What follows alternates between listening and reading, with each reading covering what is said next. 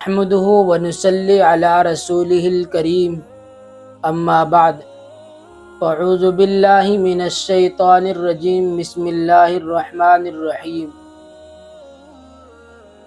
قد افلح المؤمنون الذين هم في صلاتهم خاشعون والذين هم عن اللغو معرضون صدق اللہ العظیم۔ میرا محترم بزرگ اور عزیز ساتھیو، میں نے آپ کے سامنے قرآن کریم کی 3 آیتیں تلاوت فرمائی ہے، اور میں نے ان آیتوں کے متعلق پہلے بھی کچھ باتیں عرض کر دی تھی، اور یہ بتلایا تھا کہ نماز کے اندر خشوع بھی مطلوب ہے اور خضوع بھی مطلوب ہے،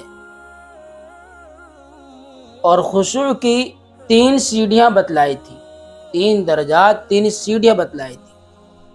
پہلی سیڑھی یہ بتلائی تھی کہ زبان سے جن الفاظ کو وہ ادا کر رہا ہے ان الفاظ کی طرف دھیان ہو، زبان سے جن الفاظوں کو وہ ادا کر رہا ہے ان الفاظوں کی طرف دھیان ہو، اور دوسری سیڑھی یہ بتلائی کہ ان الفاظ کے معنی کی طرف دھیان ہو، ان الفاظ کے معنی کی طرف دھیان ہو، اور تیسری سیڑھی میں نے یہ بتلائی تھی کہ اپنے دل میں یہ خیال ہو، یہ گمان ہو، یہ دھیان ہو کہ میں اللہ کو دیکھ رہا ہوں۔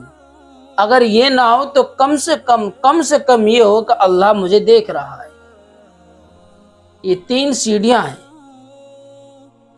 اور جب یہ 3 سیڑھیاں ہوں گی اور جب یہ ذہن میں بات ہوگی اور یہ اس کی طرف ذہن ہوگا تو پھر اس کی نماز میں خشوع پیدا ہوگا۔ اصل مقصد نماز پڑھنا نہیں ہے، نماز کے اندر خشوع پیدا کرنا یہ اصل ہے، نماز کے اندر خشوع پیدا کرنا یہ اصل ہے۔ بہت سے لوگ شکایتیں کرتے ہیں کہ خیالات بہت آتے ہیں، جب نماز پڑھنے کھڑے ہوتے ہیں تو خیالات ہمیں گھیر لیتے ہیں کہ نماز کی طرف ہم متوجہ نہیں ہو پاتے۔ تو ان سے پریشان ہونے کی ضرورت نہیں، ان خیالات سے۔ ان خیالات کو دور کرنے کا ایک طریقہ ڈھونڈنا ہے کہ وہ طریقہ کیا ہے، یہ خیالات دور کس وجہ سے ہو سکتے ہیں۔ اللہ تبارک و تعالیٰ نے نماز سے پہلے کچھ تمہیدات اور کچھ مقدمات بتلائے ہیں کہ جب ان مقدمات اور تمہیدات کو آدمی کر لے گا پھر وہ خیالات سے بچ جائے گا۔ سب سے پہلی تمہید اور مقدمہ یہ کہ طہارت ہو آدمی۔ طہارت سب سے مین چیز ہے، طہارت، کیونکہ اللہ کے نبی علیہ الصلوۃ والسلام کی حدیث ہے مفتاح الصلاۃ الطہور، نماز کی کنجی طہارت ہے۔ کیا ہے؟ نماز کی کنجی طہارت ہے۔ دوسری جگہ اللہ کے نبی علیہ الصلوۃ والسلام نے ارشاد فرمایا لا تقبل الصلاۃ بغیر طہور، کہ اللہ تبارک و تعالی بغیر طہارت کے نماز کو قبول نہیں کرتے۔ اگر طہارت نہیں ہے تو نماز کو قبول نہیں کرتے۔ اللہ تبارک و تعالی نے ہر چیز کے اندر ایک خاصہ پیدا فرمایا، کچھ خاص چیزیں پیدا فرمائی ہے، کوئی بھی چیز بغیر خاص کے نہیں ہے۔ ایسے ہی جب طہارت نہیں ہوئے گی، جب گندگی ہوئے گی اور ناپاکی ہوئے گی تو اس گندگی اور ناپاکی کی وجہ سے وہ آدمی کا ذہن گندے خیالات اور ذہن منتشر ہو جائے گا، اس کا اس ناپاکی اور گندگی کی وجہ سے اس آدمی کا ذہن ایک دم منتشر ہو جائے گا، اور پھر اس کا ذہن نماز نہیں لے گا، پھر ادھر ادھر بھٹکے گا ان کا ذہن۔ اس لیے سب سے پہلی چیز جو آتی ہے وہ ہے طہارت۔ جیسے کہ آدمی استنجا کرتا ہے، اور جو استنجے کے لیے وہ کرتا ہے، استنجے کے لیے بیٹھتا ہے، تو اس وقت آدمی نہ کھڑا ہو جب تک کہ اس کو یہ گمان نہ ہو جائے کہ میں نے پوری طریقے سے پیشاب کر لیا ہے. کیونکہ بعض دفعہ ایسا ہوتا ہے کہ جب آدمی استنجے کے لیے بیٹھتا ہے تو قطرے گرتے ہیں، تو جب تک ان قطروں سے اطمینان نہ ہو جائے، اطمینان حاصل نہ ہو جائے، اس وقت تک وہ آدمی کھڑا نہ ہو. فقہا کے اصطلاح میں اس کو استبرا کہتے ہیں. اور اگر اس سے پاکی حاصل ہو جائے تو سب سے پہلا مقدمہ طہارت ہے. دوسرا مقدمہ آتا ہے وضو. حدیث شریف میں ہے کہ جب انسان وضو کرتا ہے اور جب وہ اپنا چہرہ دھوتا ہے تو آنکھوں سے جتنے صغیر گناہ کیے ہیں وہ تمام کے تمام دھل جاتے ہیں. اور پھر جب وہ اپنا ہاتھ دھوتا ہے اور ہاتھوں سے جتنے صغیر گناہ کیے ہیں وہ تمام دھل جاتے ہیں. اسی طرح پیر ہے، اور پیروں جتنے صغیر گناہ کیے ہیں وہ تمام کے تمام اس وضو کرنے سے وہ سارے کے سارے صغیر گناہ ختم ہو جاتے ہیں. یہ چار اعضاء، یہ تین اعضاء ایسے ہیں کہ ان اعضاء کے ذریعے انسان گناہ کی طرف بڑھتا ہے، اور ان اعضاء کے ذریعے جب آدمی ان کو دھوتا ہے وضو کے اندر تو پھر ہوتا کیا ہے، وہ تمام کے تمام صغیر گناہ دھل جاتے ہیں. لیکن کبیرہ گناہ نہیں، کبیرہ گناہ بغیر توبہ کے معاف نہیں ہوتے. جو کبیرہ گناہ ہوتے ہیں وہ بغیر توبہ کے معاف نہیں ہوتے. تو دوسری تمہید یہ تھی کہ پہلی تمہید طہارت ہمارے اندر ہو، دوسری تمہید ہم وضو کریں، اور وضو کے درمیان کی دعا اللہ کے نبی علیہ السلام سے ثابت ہے، جس کا ورد کیا کرتے تھے اللہ کے نبی علیہ السلام. وہ دوسرا کلمہ ہے کہ ہم دوسرے کلمہ کا ورد کرتے رہیں جب وضو کے دوران، جب وضو ہم کرتے ہوئے. اور اس طرح ایک دعا اللہ کے نبی علیہ السلام سے ثابت ہے کہ رب اغفر لی ذنبی وسع لی فی داری وبارک لی فی رزقی. یہ دعا ہے، اور اس دعا کو ہم پڑھتے رہیں گے جب وضو کرتے ہوئے. تو ہم بہت دھیان سے وضو کریں، کیونکہ ہوتا کیا ہے کہ جب ہم وضو کرتے ہیں اور وضو کے شروع میں ہی ہم بات چیت ایران تران کی باتیں، وضو بھی کر رہے ہیں اور پھر باتیں بھی کر رہے ہیں. حالانکہ وضو کے آداب میں سے کہ آدمی خاموش رہے، کہ خاموش کرتے ہی وضو کریں. اللہ کے نبی علیہ السلام کی عادت شریف آتی کہ اللہ کے نبی علیہ السلام وضو کرتے ہوئے کسی سے بات نہیں کرتے تھے، خاموش ایک ساتھ وضو کرتے تھے اور دعا پڑھتے رہتے تھے. جتنی دعائیں وہ تمام دعا پڑھتے تھے اللہ کے نبی علیہ السلام. اگر ہم اس طریقے سے وضو کریں گے، وہ سنت اور مستحبات کا خیال رکھتے ہوئے وضو کریں گے، تو پھر ہم خیالات سے بچ جائیں گے. اور پھر وضو کے بعد کی دعا اللہ کے نبی علیہ السلام جو بتلائی ہوئی ہے، اللہم اجعلنی من التوابین وجعلنی من المتطہرین.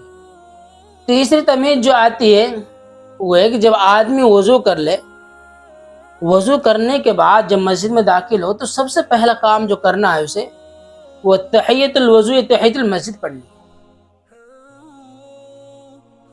اللہ کے نبی علیہ السلام نے جب معراج پر گئے تو حضرت بلال رضی اللہ تعالی عنہ سے کہا کہ حضرت بلال، کیا بات ہے، کیا وجہ ہے کہ تجھ کو میں نے جنت میں بھی اپنے آگے دیکھا چلتا ہوا، تیرے پیروں کی آہٹ سنی ہے، ایسا کون سا عمل کرتا ہے؟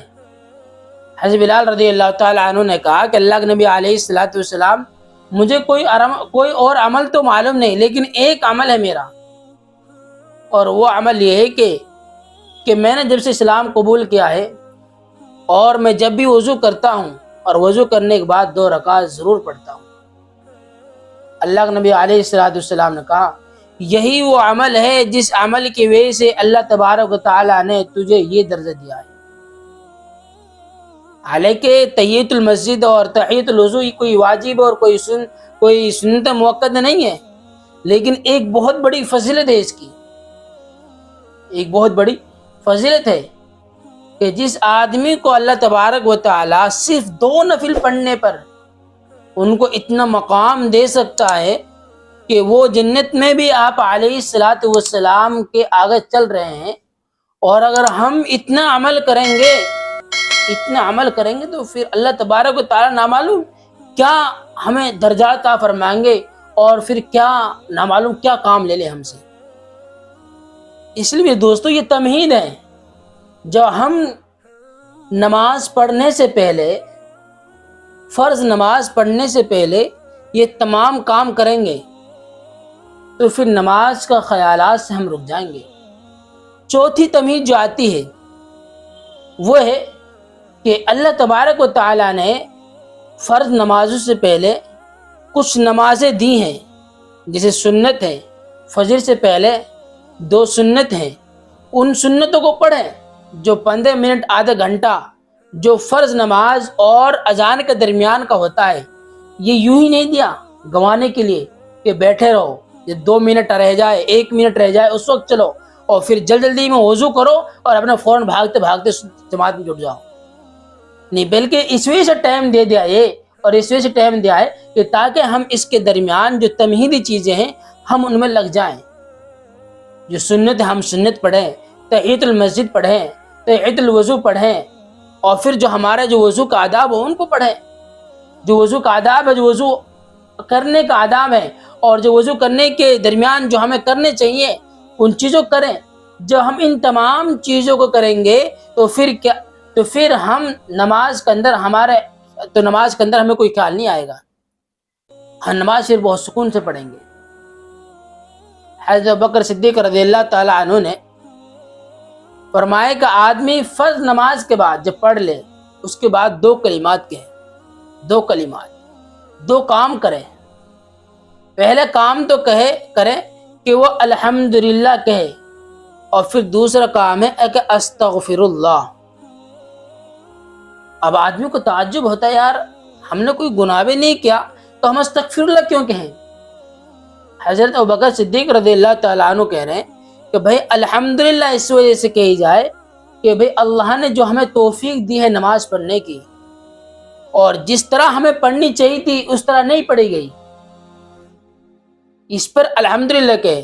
اللہ نے جو ہمیں توفیق دی ہے اس پر الحمدللہ کہے کہ اللہ تیرے شکر ہے کہ تو نے ہم سے نماز ادا کروا دی اور ہم نے فرض نماز پڑھ لی۔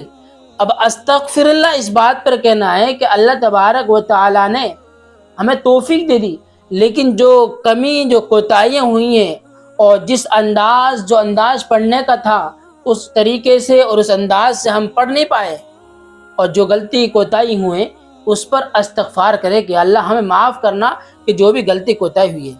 اللہ کے نبی علیہ السلام ہر فرض نماز کے بعد 3 مرتبہ استغفر اللہ استغفر اللہ استغفر اللہ کہا کرتے تھے، کہ تاکہ جو غلطی کوتاہی ہو جائے نماز کے اندر وہ ہماری معاف ہو جائے، کیونکہ نماز تو ایک ایسی العبادت نماز ہے، سب سے افضل نماز اللہ تبارک و تعالیٰ کے نزدیک یہ ہے، سب سے افضل نماز ہے۔ اس لیے دوستو ہم اگر ان باتوں کا خیال رکھیں گے، ان باتوں پر عمل کریں گے، ان باتوں کی طرف متوجہ ہوں گے اور توجہ دیں گے، تو پھر مجھے امید ہے خدا کی اجازت سے کہ ہم خیالات سے بچ جائیں گے۔ اور اگر خیالات آ بھی جائیں، ان تمام کاموں کرنے سے خیالات آ بھی جائیں تو پریشان ہونے کی کوئی ضرورت نہیں ہے، پریشان ہونے کی کوئی ضرورت نہیں ہے۔ وہ غیر اختیاری خیالات آ رہے ہیں، آپ کے اختیار سے تھوڑی آ رہے ہیں، تو وہ غیر اختیاری ہیں، اور اگر آ رہے ہیں تو کوئی بات نہیں ہے، پریشان نہ ہو۔ آ رہے ہیں تو پھر دھیان کو لے کر آؤ، پھر چلے جاتا ہے دھیان اس طرف تو پھر نماز کی طرف دھیان لاؤ۔ اس طرح کوشش کرتے کرتے کرتے کرتے ایک وقت ایسا آئے گا آپ کا کہ پھر آپ کا ذہن بھٹکے گا نہیں، پھر نماز کی طرف آپ کا ذہن لگا رہے گا۔ اللہ سمجھ کی توفیق عطا فرمائے۔ وآخر دعوانا الحمد للہ رب العالمین۔